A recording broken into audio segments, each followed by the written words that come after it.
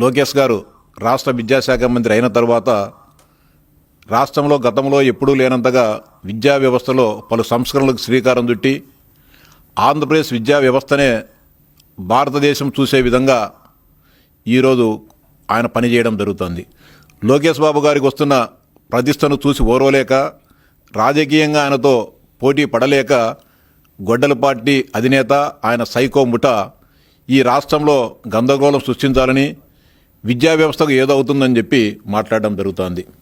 ముఖ్యంగా ఇటీవలనే mega DSC ద్వారా 16,000 పైగా ఉపాధ్యాయులు నియమించి పాఠశాలను బలోపేతం చేయడం, అదేవిధంగా తల్లికి వందనం ద్వారా ఎంతమంది పిల్లలు ఆ కుటుంబంలో ఉంటే వారందరికీ డబ్బులు వేసి అందరినీ కూడా ఆర్థికంగా బలోపేతం ఇటీవలనే చేయడం జరిగింది. ఇవన్నీ కూడా చూసి ఓర్వలేక డిఎస్సిలో ఏదో జరిగిపోయిందని చెప్పి అరిగిపోయిన రికార్డునే మళ్ళీ టేపు తిప్పుతూ రాష్ట్రంలో గందరగోళం చేయాలని చెప్పి ప్రయత్నం జరుగుతూ ఉంది. నీట్ ఎగ్జామ్లో పేపర్ లీక్ అయిందని చెప్పి కేంద్ర ప్రభుత్వమే గుర్తించిన తర్వాత నీట్ పరీక్షను రద్దు చేయడం జరిగింది. దాని కొనసాగింపుగా ఇటీవలనే గత 2 రోజుల క్రితమే మానవ వనరుల శాఖ కేంద్ర మంత్రివర్యులు ధర్మేంద్ర ప్రధాన్ గారు రాజీనామా చేయడం జరిగింది. ధర్మేంద్ర ప్రధాన్ గారు రాజీనామా చేశారు. ఇక్కడ లోకేష్ గారు కూడా రాజీనామా చేయాలని చెప్పి మాట్లాడుతూ ఉన్నారు. మీకు గత 3-4 నెలలుగా మీరు మాట్లాడుతున్న ప్రతి మాటకు కూడా అటు విద్యాశాఖ అధికారులు మేము కూడా నిర్దిష్టమైన సమాధానాలు చెప్పడం జరిగింది. మీకు ఎక్కడ అనుమానాలు ఉన్నాయో తీర్చడానికి అధికార యంత్రాంగం సిద్ధంగా ఉందని చెప్పినా కూడా మీరు అధికారుల వద్దకు మీకున్న అనుమానం నివృత్తి చేసుకోవడానికి మీరు ఆరోపిస్తున్న ఆరోపణలను వాస్తవం అవాస్తవమని తేల్చుకునేదానికి మీరు ఏ రోజు కూడా ముందుకు రారు. స్వయంగా మేము రాజకీయ పార్టీ తరఫున మీరు ఒక రాజకీయ పార్టీ ప్రతినిధులుగా మనమందరం కూర్చొని బహిరంగంగా మీడియా సాక్షిగా మీడియా ముందు కూర్చుందాం, తిరుపతి ప్రెస్ క్లబ్కి రమ్మని చెప్పి అడిగినా కూడా మీరు ముఖం చాటేశారు. స్వయంగా లోకేష్ బాబు గారు కూడా మీకు ఏం అనుమానాలు ఉన్నాయి, నేను సవాల్ చేస్తా ఉన్నా, జగన్మోహన్ రెడ్డి గారిని చర్చకు రమ్మని చెప్పండి, ఆయనకు ఏ అనుమానాలు ఉన్నాయి ఆధారాలు సహా రమ్మని చెప్పండి, నేను నివృత్తి చేస్తా అని చెప్పి లోకేష్ బాబు గారు కూడా సవాల్ చేయడం జరిగింది. మేము కూడా చెప్పాం, జగన్మోహన్ రెడ్డికి వీలు కాకపోతే మీ పార్టీలో ఏ స్థాయి నాయకులు వస్తారో మేము కూడా అదే స్థాయి నాయకులం వస్తాం, మీ తాడేపల్లి వైఎస్ఆర్సీపీ కార్యాలయంలో చర్చించేదానికి మేము సిద్ధంగా ఉన్నామని మీకు స్పష్టంగా చెప్పినప్పటికీ ఈ రోజు వరకు కూడా మీ నోటి నుంచి సమాధానం రాకపోగా కుట్రలు కుతంత్రాలతో ఏదైతే గొడ్డలి పట్టుకొని మీ కుటుంబ సభ్యులను హతమార్చారో ఈ రాష్ట్రంలో ఉన్న యువత మెడలపైన గొడ్డలి పెట్టి వారి ఆశలను ఆకాంక్షలను దెబ్బతీయడానికి మీరు ప్రయత్నం చేయడం జరుగుతూ ఉంది. నిరాధారమైన ఆరోపణలు చేయడం జరుగుతోంది. నిన్న కూడా కొంతమంది చెప్పారు వైఎస్ఆర్సీపీ నాయకులు స్పోర్ట్స్ కోటాకు సంబంధించి బ్యాకప్ సర్టిఫికేట్స్ లేకుండా కూడా కొంతమందికి ఉద్యోగాలు ఇచ్చారని చెప్పి చెప్తా ఉన్నారు. ఇది మీరు సచివాలయంలో ఇచ్చిన ఉద్యోగాలు స్పోర్ట్స్ కోటాలో ఇచ్చిన 2,300 మంది ఉద్యోగాలకు సంబంధించిన వివరాలు మీ ప్రభుత్వం ఇచ్చిన వివరాలే. దీంట్లో 100 చూపిస్తా బ్యాకప్ సర్టిఫికేట్ లేకోకుండా మీరు ఉద్యోగాలు ఇచ్చిన దాంట్లో ఆర్చరీ విభాగంలో కె స్వాతి బ్యాకప్ సర్టిఫికేట్ లేదు. ఆర్చరీ విభాగంలోనే రాయపాటి లక్ష్మి బ్యాకప్ సర్టిఫికేట్ లేదు. అథ్లెటిక్స్లో సోమశేఖర ఆయనకు లేవు. ఇలా చెప్పు. అదేవిధంగా అథ్లెటిక్స్లోనే ఆర్వి నాగేంద్ర కుమార్ ఆయనకు లేదు. ఇంత దారుణంగా ఇంకా దారుణం ఏదంటే మీరు ఇచ్చిన సర్టిఫికేట్స్ను ఒకసారి పరిశీలిస్తే ఏదైనా కానీ సర్టిఫికేట్ ఇచ్చినప్పుడు ఎక్కడ టోర్నమెంట్స్ జరిగాయి, ఏ నెలలో జరిగాయి, ఏ తేదీన జరిగాయని చెప్పి స్పష్టంగా సర్టిఫికేట్లో ఇవ్వడం జరుగుతుంది. మీరు ఇచ్చిన ఉద్యోగాలను ఒకసారి పరిశీలిస్తే ఎంత దుర్మార్గకరంగా ఉన్నాయి. సోమశేఖర్ అనే అతను 2011-12లో ఏది అథ్లెటిక్స్లో పాల్గొనడం జరిగింది. బ్యాకప్ సర్టిఫికేట్లో కూడా 2011-12లోనే ఇచ్చారు. కానీ 2011 మీరే చెప్పారు, నేను సెలవు ఇచ్చారు. మెయిన్ సర్టిఫికేట్కు బ్యాకప్ సర్టిఫికేట్ పెట్టేటప్పుడు దీనికంటే ముందు ఆడిండాలని. ఎక్కడ ఆడారు?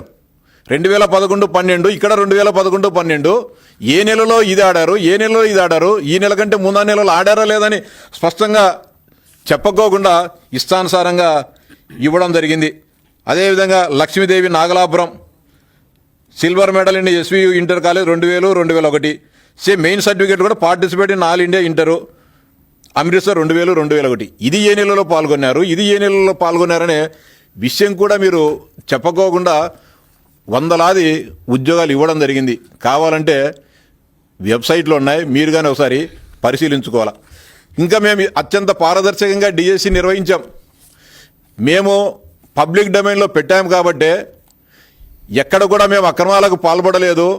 అత్యంత పారదర్శకంగా డిఎస్సిని నిర్వహించాం కాబట్టే పబ్లిక్ డొమైన్లో అందరి వివరాలను కూడా ఉద్యోగాలు పొందిన 16,000 పైచిలుగు అభ్యర్థుల అందరి వివరాలను కూడా పెట్టడం జరిగింది. నిజంగా మేమేదైనా తప్పు చేసింటే ఎన్ని పెట్టాల్సిన పని దాచిపెట్టిందాం. మీరు గతంలో ముఖ్యమంత్రిగా ఉన్న సమయంలో మీ పరిపాలనా కాలంలో ఆఖరుకు రాష్ట్ర ప్రభుత్వంలో ఇచ్చే జీవోలను కూడా అత్యంత రహస్యంగా పెట్టాలని ఇచ్చిన మీరు ఈరోజు మేము అత్యంత పారదర్శకంగా దీన్ని నిర్వహిస్తే అవాగులు చెవాగులు మాట్లాడుతూ ఉన్నారు. అదేవిధంగా ఇవన్నీ కూడా మేము పెట్టిన సర్టిఫికేట్స్ ఆధారంగా మీరు మాట్లాడుతూ ఉన్నారు. 16,000 మందికి సంబంధించి మాట్లాడుతూ మళ్ళీ మా మీద బురదల్లే కార్యక్రమానికి చెప్తున్నారు. అంతేకాకుండా అనేక రకాలుగా రేపు ధర్నాలు చేస్తామని చెప్తా ఉన్నారు పెద్ద ఎత్తున. ఎవరింటి దగ్గర ధర్నాలు చేయాలా? మెగా డిఎస్ ఇస్తా అని మోసం చేసిన జగన్మోహన్ రెడ్డి దగ్గర ఇంటి దగ్గర మీరు ధర్నా చేయాలా? గ్రూప్ 1 పరీక్షల్లో కుంభకోణానికి పాల్పడిన జగన్ రెడ్డి ఇంటి ముందర మీరు ధర్నా చేయాలా? కడప జిల్లా పరిషత్తులో అక్రమాలకు పాల్పడిన మీ నాయకులకు వ్యతిరేకంగా నిరుద్యోగుల జీవితాలతో ఆటలాడుకున్న మీ జగన్మోహన్ రెడ్డి రాజీనామా చేయాలని చెప్పి మీరు డిమాండ్ చేయాలా? 2006 సంవత్సరం 2007 మధ్యకాలంలో రాజశేఖర రెడ్డి గారు ముఖ్యమంత్రిగా ఉన్నప్పుడు కడప డిఎస్సిలో జరిగిన అక్రమాలకు బాధ్యత మనం తీసుకుందాం. జగన్మోహన్ రెడ్డి తండ్రి ఫోటో పెట్టుకున్నాం, తండ్రి పేరు వాడుకుంటున్నాం, దాని బాధ్యత కూడా మనం తీసుకుందామని చెప్పి మీరంతా జగన్మోహన్ రెడ్డి ఇంటి దగ్గర ధర్నాలు చేయాల. ఇవన్నీ మాట్లాడుకోకుండా ఇష్టానుసారంగా మాట్లాడుతున్నారు. ఇంత మాట్లాడుతున్నారు మీరు. ధర్మేంద్ర ప్రధాన్ గారు రాజీనామా చేశారు మీరు చేయాలని. ధర్మేంద్ర ప్రధాన్ గారిని ఒక ప్రతిపక్ష పార్టీగా మేము కూటమిలో ఉన్నాం, ఎన్డీఏ కూటమిలో భారతీయ జనతా పార్టీ, తెలుగుదేశం పార్టీ, జనసేన ఈ రాష్ట్రంలో పొత్తు, మేము ఎన్డీఏ కూటమిలో ఉన్నాం. మీరు ప్రతిపక్ష పార్టీగా ధర్మేంద్ర ప్రధాన్ను రాజీనామా చేయాలని చెప్పి ఏ రోజైనా మీరు అడిగినారా? ఈ లోకేష్ బాబు గారినే మాట్లాడుతూ ఉన్నారే, ఎందుకు కానీ మీరు మాట్లాడలేకపోయినారు? మీ సాక్షి పేపర్లో కానీ మీ టీవీలో కానీ ఒక చిన్న వార్త అయినా కానీ వచ్చిందన్న మిమ్మల్ని అడుగుతా ఉన్నా. అంతేకాకుండా పిల్లేశారు. పిల్లేస్తే సరైన ఆధారాలు పెట్టనందున, వాస్తవ సమాచారం లేనందున మీ లాయర్లు చీఫ్ జస్టిస్ గారికి, డివిజన్ బెంచ్కి క్షమాపణలు చెప్పి వెనక్కి తీసుకోవడం జరిగింది. మళ్ళా చెప్తున్నారు నిన్న పేపర్లు సక్రమంగా పెట్టలేదని. పేపరు సక్రమంగా పెట్టలేనడికి పిల్లెందుకు? మీకు ఒక రాజకీయ పార్టీనా? అంటే కోర్టు సమయాన్ని, కోర్టు అంటే మీకు చిన్నచూపుగా కనబడుతోందని ప్రశ్నిస్తా ఉన్నా. సరైన సమాచారం మీ దగ్గర లేదు కాబట్టే కోర్టు ఆ పిటిషన్ను తిరస్కరిస్తుందనే భయంతో తెలివిగా మీరు ఆ పిటిషన్ను వెనక్కి తీసుకోవడం జరిగింది. మేము తప్పు జరిగితే ఒప్పుకునేదానికి సిద్ధంగా ఉన్నాం.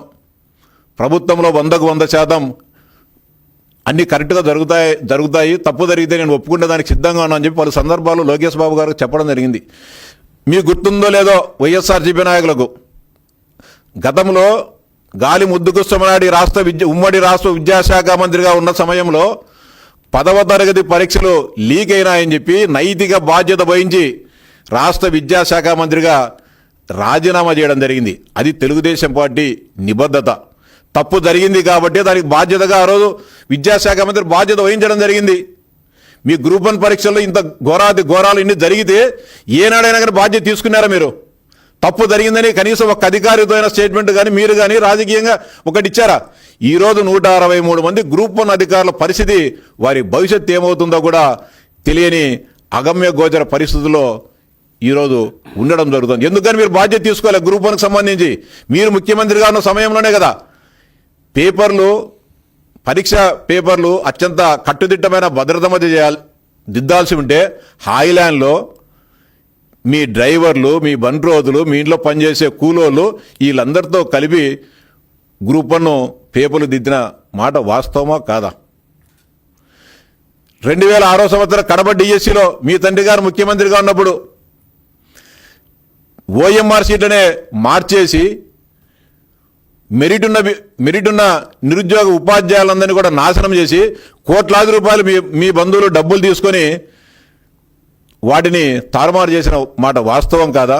ఆ పరీక్ష రాష్ట్రమంతా కాకుండా ఒక్క కడప జిల్లాలోనే డిఎస్సి పరీక్ష రద్దయిన మాట వాస్తవమా కాదా? ఒకసారి జగన్మోహన్ రెడ్డి గారు చెప్పాలి. ఎవరు బాధ్యత తీసుకుంటారు దీనికి? ఇది వాస్తవమా కాదా? డిఎస్సిలో ఏ యొక్క చిన్న తప్పు జరగకోకుండా 100% పారదర్శకంగా జరిగితే ఇంత నానాయాగి చేస్తూ ఉన్నారు. ఇంకా రేపు పెద్ద ఎత్తున ధర్నాలు చేస్తామంటున్నారు. ఈ ధర్నాలో దాదాపు 33,000 గ్రీవెన్సెస్ వస్తే ప్రతి ఒక్క గ్రీవెన్స్కు లిఖితపూర్వకంగా సంబంధిత అభ్యర్థులను కూర్చోబెట్టుకుని దీనివల్ల నీకు ఉద్యోగం రాలేదమ్మా, దీనివల్ల లేదని చెప్పి స్పష్టంగా అధికార యంత్రాంగం 3 అక్కడ జిల్లా విద్యాశాఖ అధికారి దగ్గర, ఆర్జేడీ గారి దగ్గర, అదేవిధంగా రాష్ట్ర కమిషనర్ దగ్గర కూడా వ్యవస్థలు గ్రీవెన్స్ సెల్ని ఏర్పాటు చేసి అందరికీ కూడా మొత్తం సమాధానాలు వారికి చేయడం జరిగింది. 200 పైచిలుకు కోర్టు కేసులు వేస్తే ఏ కోర్టు కేసులు కూడా ప్రభుత్వానికి వ్యతిరేకంగా తీర్పు రాలే. అవన్నీ కూడా ప్రభుత్వము ఏదైతే కౌంటర్ వేసిందో వాటన్నింటిని కూడా రాష్ట్ర హైకోర్టు కూడా సమ్మతించడం జరిగింది. ఇక్కడ ఎవరు కూడా నిరుద్యోగులు మాట్లాడడంలే. డిఎస్సిలో మాకు అన్యాయం జరిగిందనో, డిఎస్సిలో అవకతవకలు జరిగాయనో, ఈ రాష్ట్రంలో పరీక్షలు రాసిన నిరుద్యోగ ఉపాధ్యాయులు ఎవరు మాట్లాడడంలే. మాట్లాడుతుండేది ఒకరు రాజకీయ నిరుద్యోగులు మాత్రమే. రాజకీయ నిరుద్యోగులు జగన్మోహన్ రెడ్డి, ఆయన ముఠ ఎప్పుడెప్పుడు ఈ రాష్ట్ర ముఖ్యమంత్రిగా కూర్చోవాలని చెప్పి తగతగలాడుతూ గందరగోళాన్ని చేయాలని చెప్పి ప్రయత్నం చేస్తూ ఉన్నారు. ఇవన్నీ కూడా చర్చించాలంటే అసెంబ్లీకి రమ్మంటే మళ్ళా రాడు. ఎక్కడ మాట్లాడాలా? ఈ రాష్ట్రంలో నేను ఒక శాసనసభ్యునిగా గెలిపించడం జరిగింది. పులివెందుల నియోజకవర్గ ప్రజలు చర్చించేదానికి అసెంబ్లీకి రావు. ఒక మాజీ ముఖ్యమంత్రిగా, ఒక పార్టీ అధినేతగా నిజంగా నీకు అనుమానాలుంటే చర్చించాల్సింది అసెంబ్లీకి రావాలా? నీ దగ్గర ఏ సాక్ష్యాధారంలో తీసుకొని అసెంబ్లీకి రా. వచ్చే అసెంబ్లీ జరుగుతుంది కదా, దానికి మాత్రం రావు. చెట్ల కింద, గోడల కింద, చెరువు గట్ల మీద కూర్చొని బురదల్లే కార్యక్రమానికి నువ్వు ప్రయత్నం చేస్తూ ఉన్నావు. నీ ప్రయత్నం ఎప్పటికీ కూడా సఫలం కాదు. ఇంకా నీ మీద జంజీ యువత దృష్టి సారించి ఉండింటే ఈ రాష్ట్రంలో జంజీ యువత నీకు ఆ 11 కూడా వచ్చేటి కావు. జంజీ యువతకు కూడా విజ్ఞప్తి చేస్తా ఉన్నాం. 19-24 మధ్య కాలంలో జగన్మోహన్ రెడ్డి చేసిన దుర్మార్గాల పట్ల యువతను ఏ విధంగా వేధించారు, యువతకు ఏ విధంగా అన్యాయం చేశారన్న దానిపైన దృష్టి సారించాలా.